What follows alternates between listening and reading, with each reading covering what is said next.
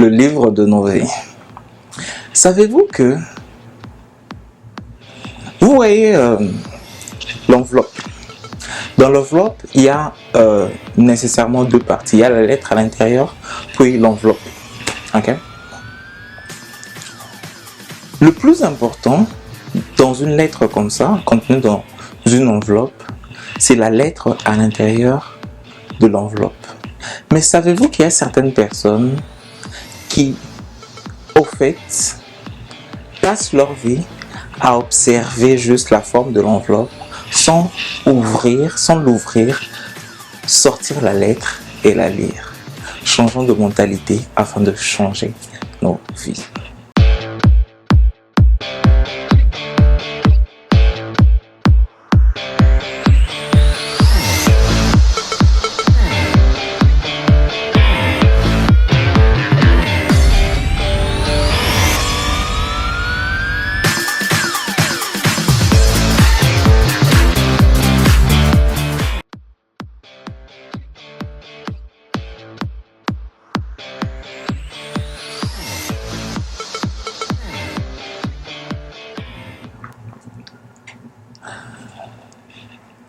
L'angle par lequel on voit les choses détermine beaucoup de ce qu'on voit.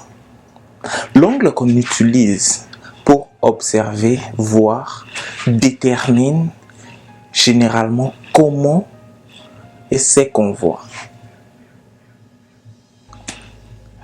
Je veux donner quelques exemples. En fait, puisque la majorité d'entre vous, selon les commentaires, aimez les histoires que je raconte, je vais raconter une histoire en fait par rapport à ça. Ok, parlons d'un livre. Il y a un livre. Le plus important dans le livre, c'est ce qui est écrit à l'intérieur. N'est-ce pas? Ce qui est écrit à l'intérieur. Mais si on dit qu'il y a un très beau livre, comme celui-ci, Zoroastre, un de mes livres préférés, un livre bien fait, propre, très beau, bien, vraiment présentable, et que ce livre est retrouvé dans un désert, quelque part très loin, disons dans le désert du Sahara par exemple, et que la tribu qui trouve ce livre-là ne sait ni lire ni écrire. En voyant le livre, ils vont sûrement voir que c'est différent, que c'est beau. Ils vont sûrement feuilleter, voir des écrits, voir de l'encre partout.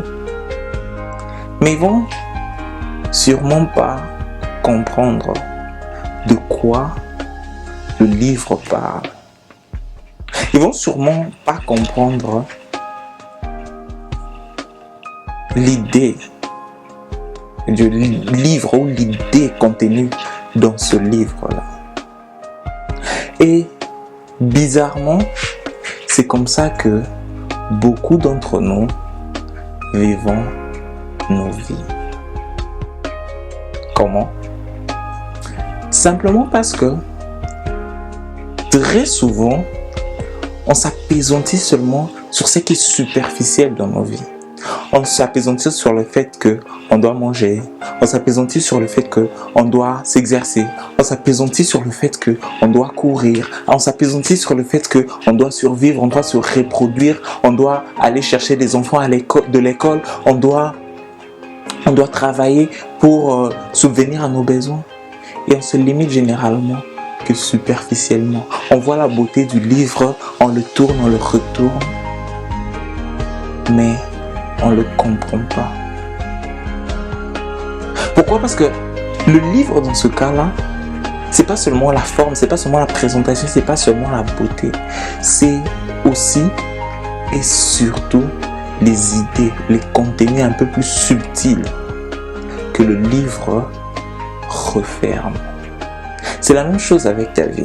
C'est vrai, il y a tout ça, il y a le travail, il faut travailler, il faut se souvenir à ses besoins, il faut faire ceci, il faut faire cela. Mais le plus important à un certain niveau, c'est de savoir c'est quoi le but. Se poser la question de savoir, c'est quoi le but? Pourquoi je suis là? Qu'est-ce que je dois faire pour donner un sens au fait que je suis là? Quelqu'un qui s'appesantit seulement sur ce qui est superficiel ne comprendra jamais vraiment le but. C'est même pour ça que ce numéro, je l'appelle le livre de nos vies. On doit essayer de comprendre que notre vie, c'est un peu plus que le superficiel, c'est un peu plus que le travail, c'est un peu plus que le manger. On doit se donner un but. S'il n'y a pas de but, on doit se donner un but afin qu'on essaye d'avancer par rapport à ça. Le but doit être élevé afin que cela nous inspire. Peu importe où tu es, peu importe dans c'est quoi ton travail, si tu l'aimes vraiment, je suis sûr que tu peux trouver un but élevé afin que non seulement tu travailles, non seulement tu fais, non seulement tu t'occupes de ce qui est apparent, ce qui est superficiel, ce qui est extérieur, mais tu peux en profiter aussi pour atteindre, pour l'utiliser afin de pousser, afin de avancer petit à petit vers le but de ta vie. Pour moi, je pense que le but, c'est évoluer et s'élever dans tous les sens du terme et puis donner. En d'autres termes, grandir dans toutes les facettes de la personnalité, que ce soit physiquement, spirituellement, moralement et autres. Et puis donner à un maximum de gens, aider un maximum de gens et inspirer un maximum de gens, inspirer mon entourage, inspirer ceux qui sont autour de moi, afin qu'ils puissent essayer de voir plus haut, afin qu'ils puissent essayer de voir mieux, afin qu'ils puissent essayer de voir plus intéressant, plus grand, plus beau, afin que de tout ce comportement-là naisse la gratitude vers le haut. Mais c'est quoi le but de ta vie? Pensez, et tu pourras peut-être me le dire dans la section commentaires en dessous de cette vidéo, où tu peux carrément nous écrire. Changeons de mentalité afin de changer nos vies.